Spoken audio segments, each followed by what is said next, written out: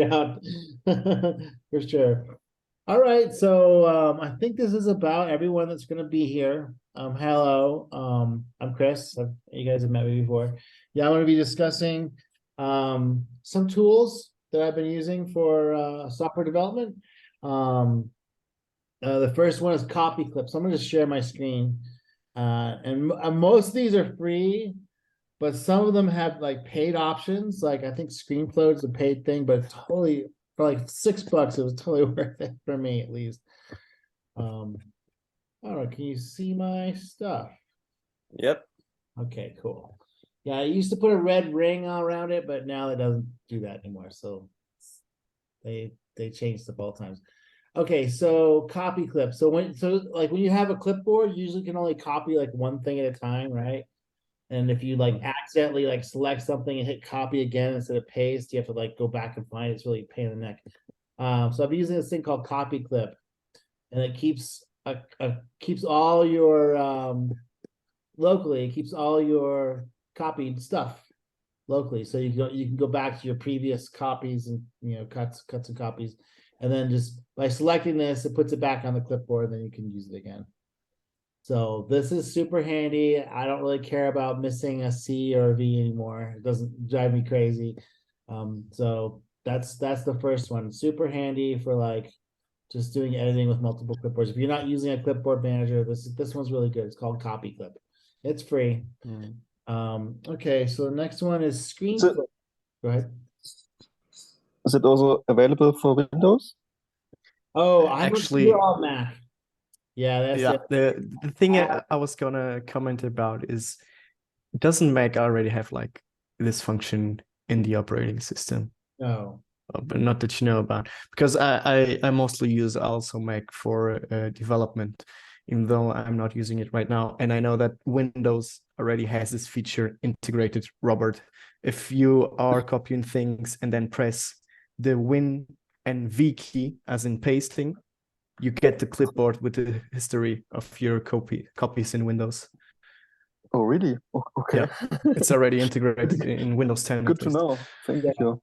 It's so useful I, that it should be part of the these things should be part of the operating system, but they're not. So yeah, so if there's alternates for Windows, that's awesome. I haven't used Windows in a very long time. Okay, so the other one is the next one's called ScreenFloat. And it's a screenshot utility that lets you keep whatever you just screenshot on the screen at all times. So instead of having to flip back and forth between things or trying to compare two items on the screen, you can just take a screenshot like this and then move it around. You can have multiple of these as well. So you can have like, instead of having multiple windows open, you have these like tiny little screenshots open everywhere. Another thing that's really useful about this is you can fade them. So if you're like trying to compare two layouts, like we do the layout inspector over here, um, where you've got two layouts happening at the time. You want to compare what your changes were. You can just take two screenshots and then overlay it. And I'm not really sure why. does that gear icon with it? Does it let you save it and stuff, or what can you do there? Yeah, you've got a whole browser that you can use to go back through your screenshots, delete them, save them, modify them, all that stuff. Now this one was like $6, but I use this thing all the time. Yeah, Uh, that's cool. yeah, because instead, like, other than that, you're writing this stuff down, which is like laborious. It changes a lot. Um, like I use it a lot for let me make sure I've got my debug mode here. Um, I use it a lot inside my debugger for like looking at old values, like comparing two different values or three different values. And instead of trying to write these things down, I just put them on the screen. And it makes things just a lot easier. So we'll let that start compiling. I'm not sure why it's not running already. Let's see. Okay. All right, so I just want to like give you the other thing I use it for is to make it super obvious. If it's not obvious. Come on. Come on. All right. turn off the breakpoints. Go so. This one should bring up there. Okay, there it is. So when I'm in here doing stuff with compose, it's notoriously bad for like trying to figure out where things are at. Like these little boxes and stuff. It's just really hard to see where things are at. So I'll use the copy clip here, make a change, right? And then I'll overlay and see exactly what changed. Oh, because you can fade it. You can fade it, exactly. Got it. Okay. That's, and I want to really go into that part because it's not super obvious why this fading thing is important. How do you fade it like that? You just use your two fingers and you scroll up and scroll down on it. So it's like a mouse wheel thing. Okay. Yeah, it's like a mouse wheel thing. Exactly. Scroll up and scroll down. Again, there may be something like this on Windows. I don't know. But this thing is super duper handy for all kinds of stuff where you just want to like, I don't want to take notes. I just want to have these two values side by side so I can compare them. Okay. Oh, that's Screen Float. That one's like $5 in the App Store. It's pretty good. There'll be every once in a while I'll have breaking changes with these things. I used to use a different app that they stopped making updates for the operating system changes. So it's kind of like a hurry up and wait kind of thing on that. Okay, so Postman. How many are you all are familiar with Postman? Yeah, I've used it pretty extensively. Okay. Yes, I'm sure there's way more Yeah, advanced me features too. though. So I think that's nothing new. So you guys you're familiar with the Postman. Okay. How about so I'll move on to Proxyman because Well, can I ask real quick with Postman, was there like obviously I think we all know how to send GET and put and post requests and all that, but are there like specific features of Postman that maybe that aren't super obvious you were gonna interest? yeah, so you can put the headers here as well. You know, you can put your key header and your authorization. So that's super important. You can also put photos and images, so you can test. So I basically, well, the first thing I did is I went through it and did tests for all the different endpoints. So I did the register test, and then you can save. You know, you can save snapshots of what happened on the test. So this is the actual hitting the endpoint here, and I can do live sending here, and these are the results. So this is another thing that's super useful. Instead of having to go and try and do these network requests, you can have like references of ones you've already done, like the register here. Here's a login. You can login success, login failure, what it looks like. So I don't know if you guys knew this. This is kind of a little bit more advanced feature of it. Some people don't know you can like save. So you can, so when you do a response, you can then it gives you an option. Like, let me see here. Yeah, it's save it. So right here, you can save the response as an example, and that's what these are. Okay, I actually didn't know that. That's cool. And yeah, so instead of having to go do the call every time and setting it all up, you can actually have ones you've already done. It's like, I just want to know what happens when this thing dies. Oh, it gives a message. Okay. Versus like log out, which, it gives nothing. It doesn't give doesn't give a message, just does it. And like, or delete, like sometimes it's, the success just gives a 200 here. It doesn't give any body here. Or does a 400 if it's a bad request. So that's that, and then you can also share these workspaces. But if you haven't used it before, I recommend just going through and struggling, trying to figure out how to make all this stuff, set all this stuff up, because this honestly saves so much time trying to build these queries on your own. And then after you've done the successful queries, you can actually go look them up in different on different platforms. Like on Java, it's got OKTCP, so you can like do it.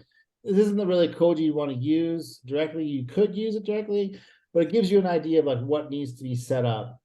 Unfortunately, it doesn't have retrofit. It just has this OKTCP, which is like more just Java based.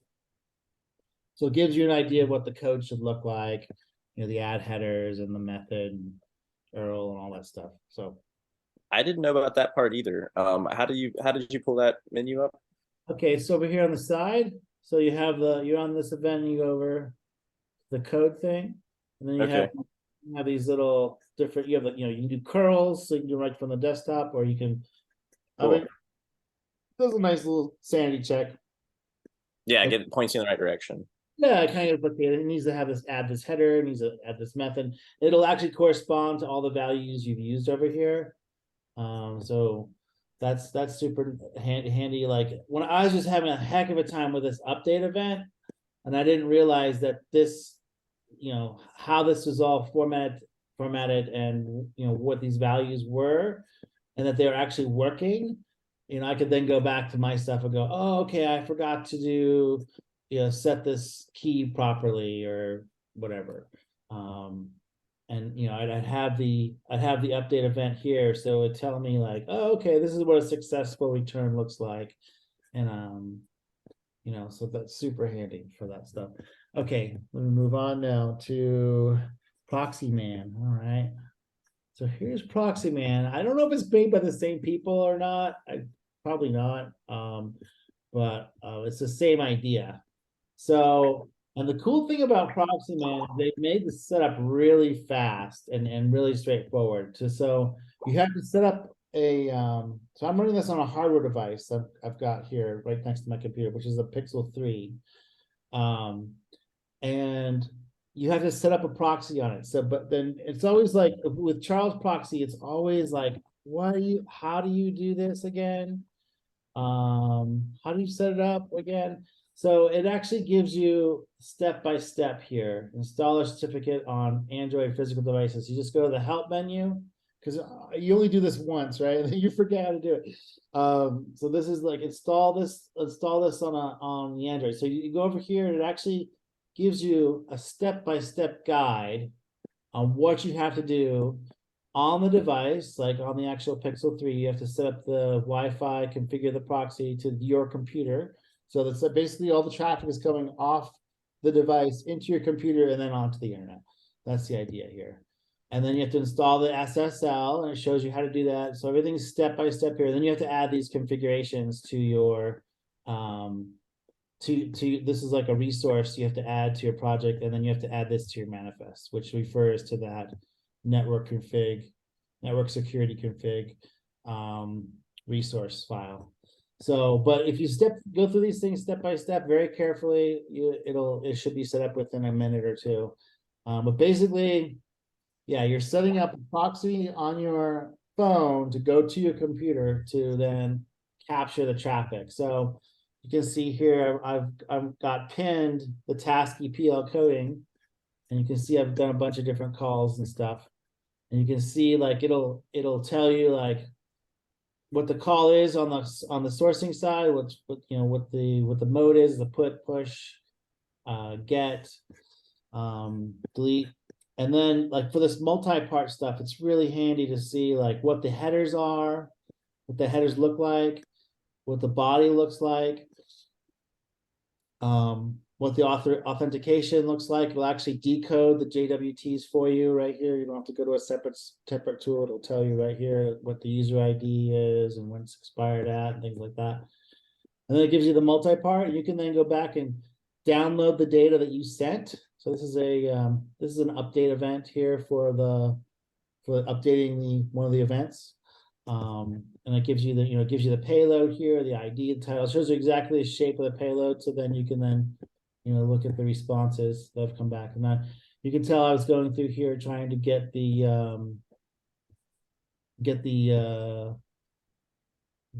this initial create event thing working properly. And I was having a heck of a time with photos. I was not able to upload the photos.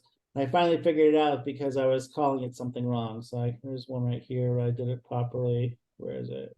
Post. Yeah, so not that one. Let's see where did I put. Oh, maybe not recently. Maybe I just fixed it. Okay. Can I ask a question about this? Sure. So just as kind of a general workflow, like if you were, starting from scratch, like you would read the API documentation, you would give some rough passes in Postman, get it working, and then you would do your implementation in Android. And then this part right here is kind of a sanity check of, okay, I've done XYZ. Now what's the phone actually doing when I send these web requests? Does it match with what I kind of structured in Postman. Correct. So yeah, Okay. you can send a request from Postman here, and then you can also, these are coming from my app here. My app, the phone is at 192.168.0175. This is actually the Pixel 3 that's sitting over here. And these are this is the actual data going across the wire. On this side is the request part, this is the response side. And you can see here. Does it pull this in real time? If you were to log into the app, we'd see that populate in this menu. Yeah, let me do that real Okay. quick. Let me go ahead and do that. You can see it in real time. So there's authenticate coming in here. And it's just a simple, the header is just basically, it's just basically a header. There's really not much in the body. Here's the authentication data. Here's the actual raw query. And then you can do comments on it, and does some summary information for how big it is and things like that, which a lot of that information is duplicated here. And then I'll show you what happens when I do a create. So I'm creating an event over here on my phone, and we'll call this. I was going to develop okay, so here's that. So I did a post here. You can see the body was him creating an event, and here's the title and ID and everything like that, and then here's the response on this side. It just came back with the filled out, when it took this from an attendee ID, and it gave me back the full ID or full object, including the attendee ID. So you can see in real time what the values of your field names are, what the values are coming across the wire, whether they're quoted strings or some other type of number, to make sure all the data is correct. And then you can also confirm it with Postman. If you send the requests to via Postman, they're also being caught in this proxy. You can see what the inquiries look like. So if I went over here to Postman and did an authenticate. Yeah, let's see if that authenticate works. It'll actually show up here as an authenticate. And this one is just sending the bearer tokens and stuff. So you can see how, if the data is correct coming across the wire for any traffic on the device, which is a lot more than this app inspection gives you. The app inspection, it doesn't give you the information that you really need to do full debugging in my experience. So, all right, so that's Proxyman. Just to maybe complete this part, is you have alternatives for the same thing that do the same functionality, which is Charles, which is mainly also used on macOS. At least for my experience, I used Charles on macOS, and on Windows I used a lot of Fiddler, because I used to do this a lot in a production app because of security issues. Mm-hmm. Yeah, so there's other tools I'm sure on Windows that let you do all this. But the UI is basically the same of what you're looking at right now. Yeah, you have the the individual request, the the request side of the data, and the response side of the data, and the response code and things like that. Charles Proxy used to be free, but they started charging for it. So now it's $40, and you can only go for 40 minutes. This is actually a free, and they don't limit you on time. They do limit on you on features and functionality, but I just keep it running and makes it convenient to see what the traffic is on and off the device all the time without starting the inspector, without having to go and start the timeline and all that stuff. So, So I guess you go ahead. Bro. Okay, so I guess I'm just used to Charles still, and I don't know if Proxyman also has those functionalities, or probably not on the free version, but you could rewrite requests or responses or map them to local data files, so you could mock the response, for example, locally. It does let you do that. I haven't done a lot of that. Mostly I was trying to use it as no, I wouldn't do it in this project either. Just to people be aware that it probably is possible. Yeah, and Postman lets you do all kinds of mocking stuff here. You know, that's where I would probably want to do it, is in a tool like Postman. They give you all kinds of tools for doing mocks, like setting up all kinds of mocking test servers. This is more like monitoring style, where you're just trying to see what's happening over the wire. It does have some of that mocking and saving stuff, but I wouldn't do it here. I'd do it in Postman because it's got Yeah, more neither. like sharing data between teammates that I've explored. There's a lot more of that here in Postman than in Proxyman. But yeah, if you've never used a tool like this, it's super handy for diagnosing problems. I just find it to be very convenient. And it's better than the built-in better than the built-in stuff, this built-in app inspector stuff, because it's always there and you don't have to turn it on or remember to turn it on or somehow get going before the application is running to capture the data. So Yeah, this feels like a missing piece in my tool belt. So thanks for bringing it up. I was gonna ask the first part where you had like some steps to, like, you had to put something in your manifest in your resource file. Is that stuff that you would just delete before you went production ready, or what? yeah, you could either delete it or do a separate build where it builds that stuff. The OKTHCP client builds that stuff in. But yeah, there's a way. So once it goes to like, I don't even know if that security config actually will become active unless you're in debug mode. So there's Okay. Yeah, it depends on the build folder it's inside. I used it a lot, also referring to the same experience I had before, because use that to define the certificates the app will use. You can use it to define an SSL pinning, which is another technique for connecting only to a specific server and so on. And you can you can have a network security config for the debug builds and another one for release builds and so on. So you would have two different security config files. Right. And yeah, so they've got a lot of things that this only works in debug mode. So they've got lots of things around that you can look into just by looking at the help. They're really great help. Honestly, this is one of the reasons that sold me more on Charles Proxy, because Charles Proxy, it does everything, but you really gotta know what you're doing. This makes it just a lot easier, very simple, straightforward. Okay, I guess before I do the last one, which is GitHub, I want to do this source graph. I don't know if you've ever used source graph. It allows you to search text or search for code inside of GitHub. Now, GitHub just released their own version of this, but I haven't used it very much. I have used this quite a bit for looking up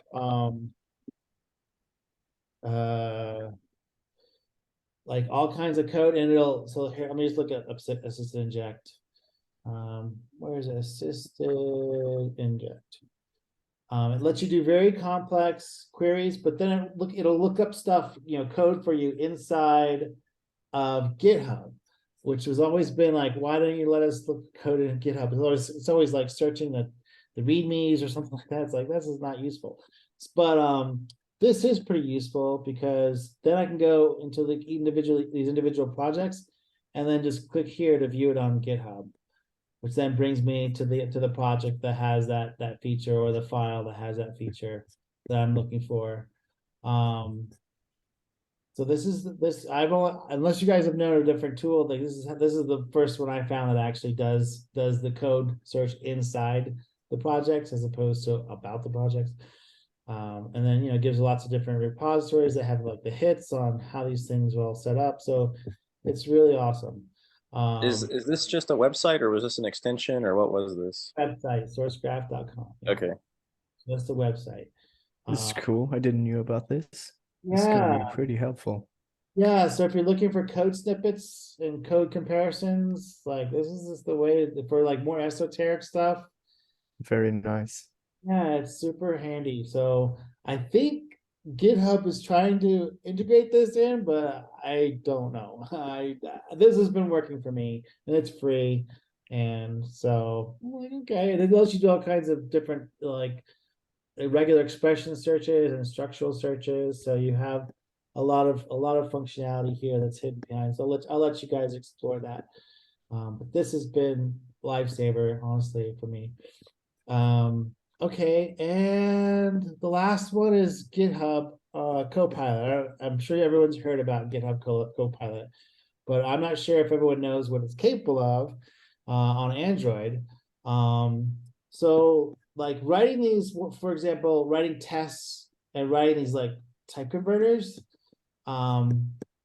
it's pretty amazing. Like, for example, for this one right here, to write this type converter, all I have to do is do something like this: object, local, date. Oh, this is a type. This is a serializer. There it is. Local date time serializer. Do you see how it's put it in blue for me here? So instead of having to go through and write all this stuff out, all this boilerplate stuff, it actually kind of knows what you're doing already, and will write it out for you, which is pretty awesome. And not only that, is after it writes it out for you, if you want to do a test, like a local function main test, I don't know if people know that you can like write a function main test. You can just drop a main anywhere. A lot of people didn't know this. Whoa, no, not really. That's mind fuck right now. Yeah. So What the heck? You can just write a fun main function anywhere, and it works. And then run it or debug it on the God spot. damn it! So if I want to, This could have been so useful so many times. yeah. So you can say like val, zone, time, yeah. So zone, date, time, converter equals zone, date, time. Okay, this is the serializer. Okay, so I'm instantiating one of these. Okay, one of these things. No, I don't actually instantiate because it's already an object. So I got that there, and then I can say zone tape now, and then encode it. Well, the demo's not going as well as I would want. Okay, so you can say encoded equals that, and this is the encoder here is zone. Well, let me try a different version here. Just a second. And sorry, I'm like doing this on the fly. I should have practiced this. Okay, there it is. So it create a little test for you where it serializes it, then deserializes it, and then it prints them out, and then you can just go and run it here. So it'll write a lot of these like simple test things for you. It kind of like understands what you're doing. And then you can run it with these dropped-in mains. So instead of going and building a whole test harness out, you can actually just, check out your little pieces of snippets of unit code test right here, like that. And it's integrated the rest of your application, so you can call other stuff inside here. But I've used this quite a bit for building out like these tests. Like once I got one of these tests going, it was really easy to build other tests. Let me show you my test here. Hold on one second.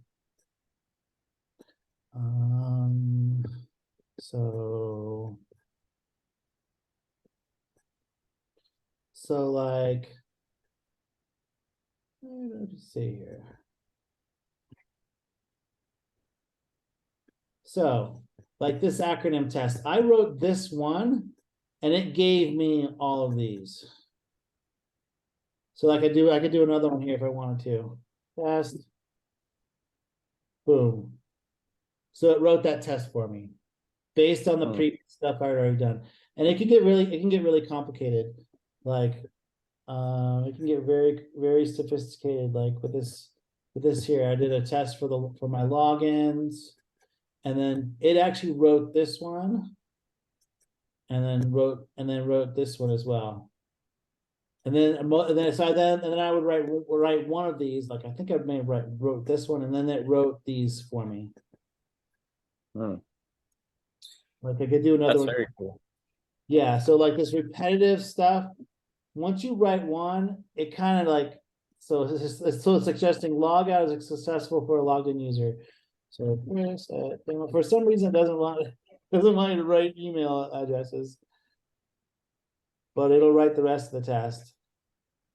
So I've heard of it, but I've not used it. And just a heads up, we've got 4 minutes left. But I wanted to ask how do you get GitHub Copilot, and how did you then activate it in Android Studio, or does it just automatically on all the time? Yeah, so there's a plugin called GitHub. So there's a plugin here that I've installed called GitHub Copilot. It comes from the IntelliJ store, right?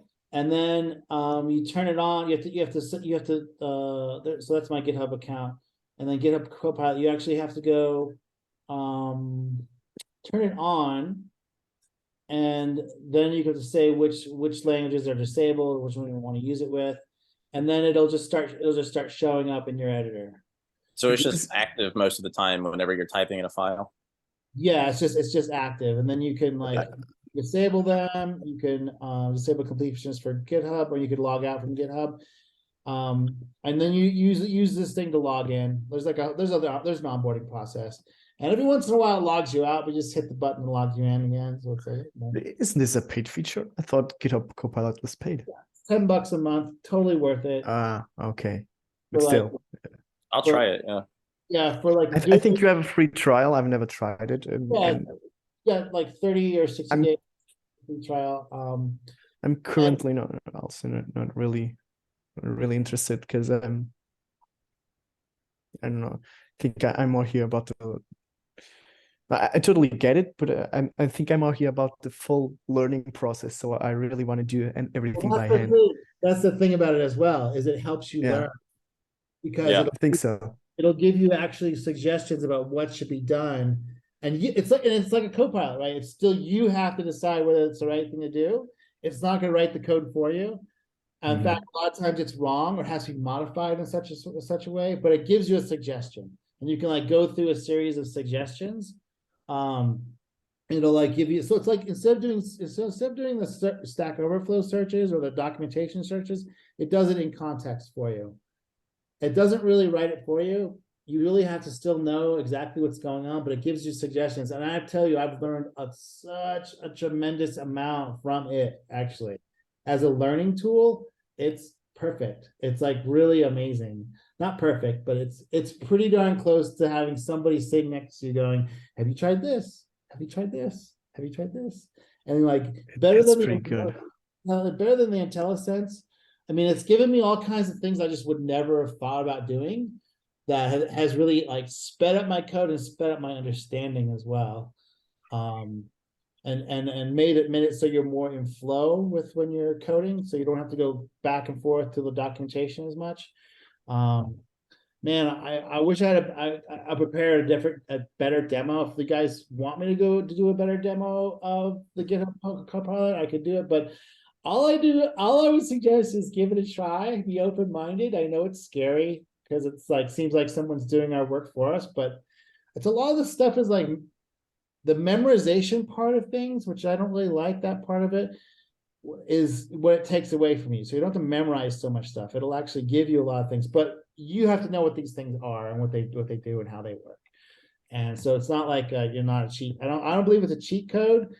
I see a lot of developers getting very upset about it for some reason, but this is just a technological evolution. It's a tool to help. You still have to like read its code and understand what it's doing.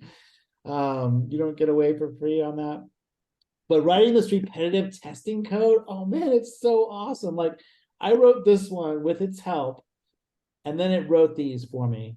And once it kind of knows what you're doing when you're in the flow of things, it seems to understand like, oh, you're going to try to do one of these next, and you're going to try one of these next. And then sometimes it'll do something